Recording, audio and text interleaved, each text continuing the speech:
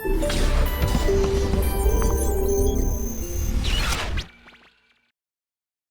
NASD OTC Securities Exchange PLC, in partnership with the Chartered Institute of Stockbrokers and Association of Stockbroking Houses of Nigeria, engage market stakeholders in an interactive session on deploying technology as tools to attract more investors into the market.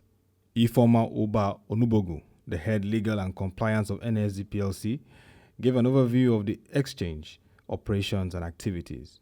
We started in the 90s as an association of securities dealers with the primary objective of being an SRO, that's a self-regulatory organization that would govern trade in unlisted securities.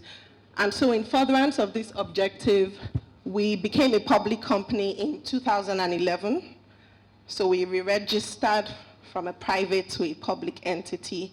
And then in 2012, we obtained our license from the Securities and Exchange Commission, which enables us to run a formal over-the-counter market for trading in unlisted securities.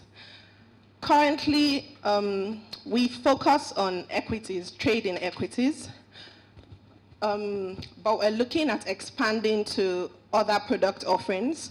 And so our structure is such that it allows us, to embrace other innovative products. And as we go on in the next slides, you'll see that we've actually been making progress in that regard. So our vision remains to be the hub of first call for capital formation and liquidity in West Africa. And our mission is creating liquidity transparently. So at NASD, we run a well-regulated market with over 200 authorized traders registered on our market and over 100 participating institutions, and these are categorized into different functions. So you have the brokers, broker-dealers, custodians, and then issuing houses. Our settlement is done through 6 settlement banks and cleared through the Central Securities Clearing System. Our trading hours run from 10 a.m. to 3 p.m. And this was structured because we realized that a number of our authorized traders were also registered with the Nigerian Stock Exchange. So we wanted to give them flexibility. Our settlement is T+3, and then we run daily market surveillance, which we'll talk about in next slides.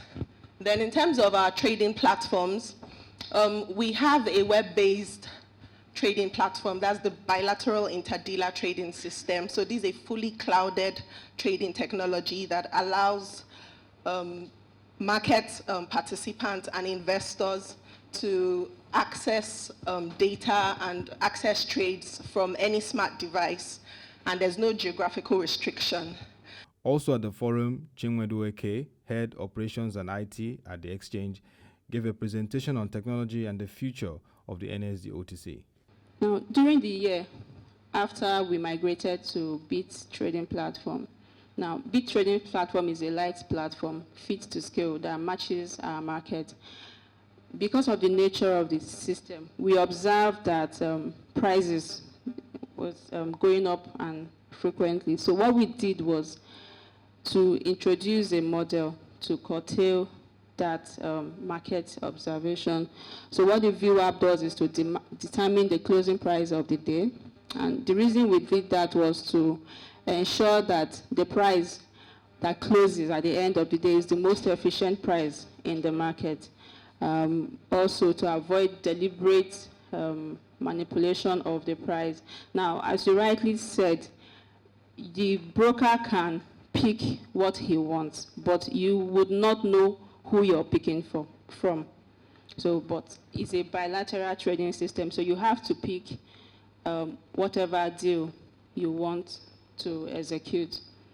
Now, we tested the model. We didn't just initiate that model. We tested it. We did a brief test with various timelines. We did with January to May 2018, January to May 2017, and we came up with the VWAP. We arrived at a 5 business day VWAP model instead of using a daily number. So what you see is the closing price is an accumulated 5-day trend. So that average is what determines the closing price. So we did that to address the concerns of the market. So at the next slide, you see the charts, just samples of findings when we did our research to see what was going on before we adopted the VWAP model. At the beginning of, say, last year, we discovered that we needed to get all data around securities trading on our platform for your convenience as well, to also help you look at data, information, and all that. So we decided to develop a repository.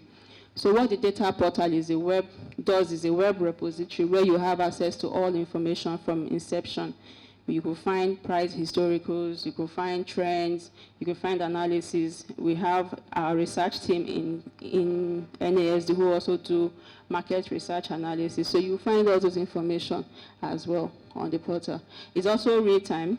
Now there's an added feature there where you can also monitor live trade. So you don't have to be a broker to be able to know what's going on. So you log in, you can also as well see the market.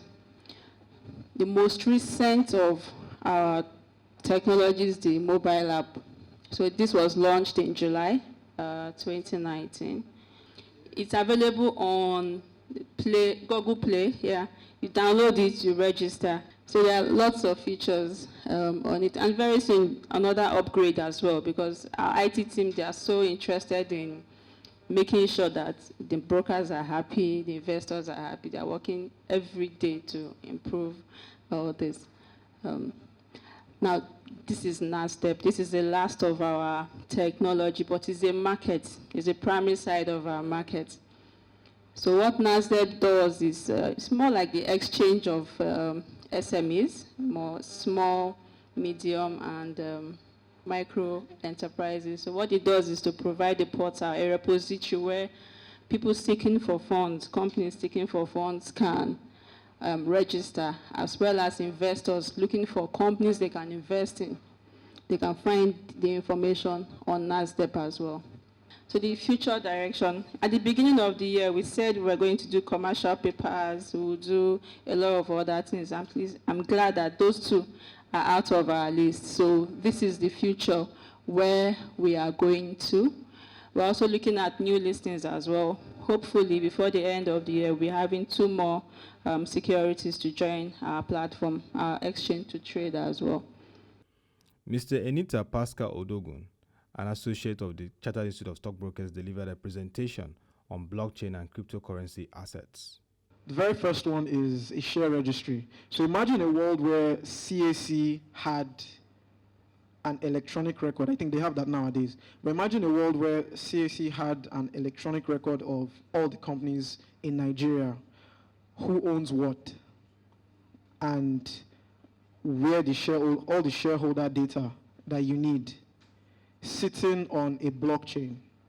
And then instead of us having to create CSCS to dematerialize shares and all of that, CSCS plugged into that share registry and just pulled the data of the companies that wanted to list.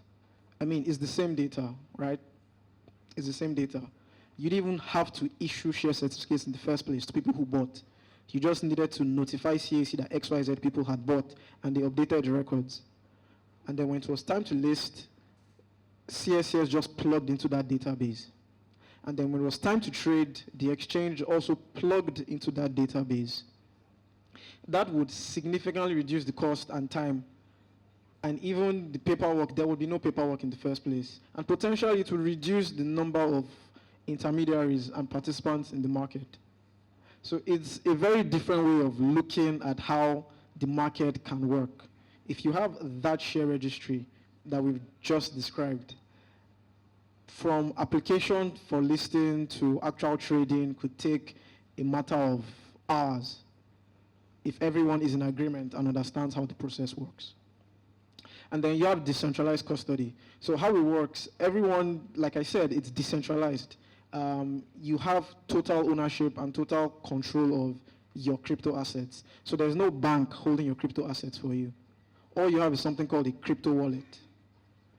Your crypto wallet has 2 legs to it. There's the public key and then there's the private key. The private key is known only to you. Even the software which you use to create your crypto wallet cannot retrieve your private key for you. So it's all yours. So you don't need a custodian or a third party to hold your crypto assets for you. However, the downside to that is once you misplace your private key, it's gone forever. About 60% of Bitcoins cannot be accounted for because the owners have either died or misplaced their private keys. So you have 60% of the Bitcoin in existence just frozen somewhere and cannot be accessed. So that's one of the downsides of this decentralized custody. Then clearing and settlement. Because of how the blockchain works, trading, clearing, and settlement is one workflow. As soon as you trade and the data goes into a block and the block is verified, that trade has cleared and settled. So there aren't separate entities doing any of these functions. And all of this happens in a space of 10 minutes to 1 hour, depending on the blockchain that you're trading on. Then raising capital. 2017 and 18 were especially 2017, were very hot years for something called initial coin offerings. So initial coin offerings are the cryptocurrency versions of initial public offerings. So you have a company, they're building something, and they want to get everyone excited about what they're building. They come out, they talk about it, and then they tell people to, instead of buying shares, to buy cryptocurrency. That's an initial coin offering. The market was extremely hot in the US and in Europe, to the extent that even musicians were having initial coin offerings. DJ Khaled and somebody had initial coin offerings, and the US SEC had to sanction them. That's how hot that market was in 2017. So it opens a whole avenue of how to raise capital. And because, like I mentioned, the process to raise capital and the process of actually accessing and participating in the market is so open. Within 2 clicks, you can create your crypto wallet. Within 1 more click, you can go to a crypto exchange and buy crypto. So these companies really appealed to retail investors, to everyday investors that really wanted to get some action in the investment space. Mr. Bola Ajomale, Chinwendu Eke, and Mr. Anita Pascal speak further on the essence of the NASD Stakeholders Forum and how the exchange plans to deploy technology to improve market service.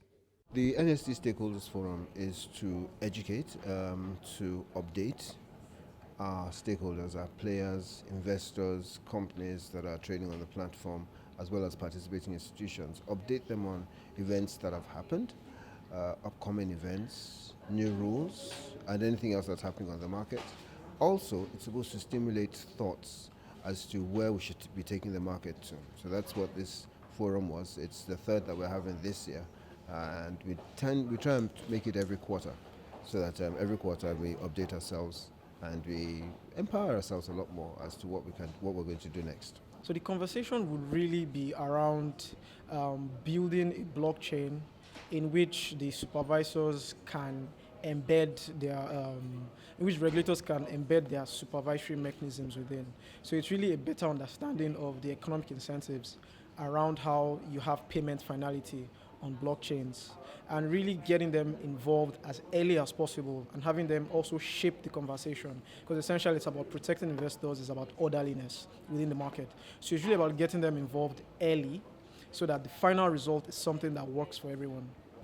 With every tool, you have a focus and you use it for that focus. Now, in NASD right now, we use technology to drive our market. So everything around our market is driven by technology.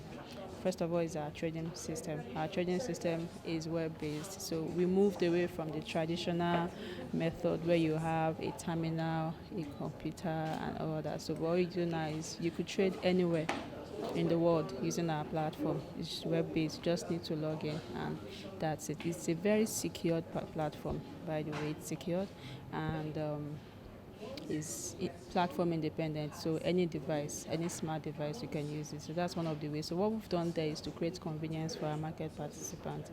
So we've also created low cost of setup. You know, you don't have to buy a computer, you don't have to set up a long terminal and all that for you to trade on our platform. We at NASD see ourselves, first of all, as a fintech firm that has regulatory responsibilities. In other words, if you notice today, we showed you a rollout of what kind of technology we're deploying and what we're using it for. We are very lean on staff, so it's not so much a physical exchange, it is more technology driven, and we shall continue doing that, and we believe that our participation with the fintech industry would empower us to do that a lot more. We also think that a lot of growth will come from the fintech industry, as it will from the sustainable energy industry and from the agricultural industry. We think that's where a lot of the growth will come from, and as a result, yes, we're very interested in engaging all of those industries, yes.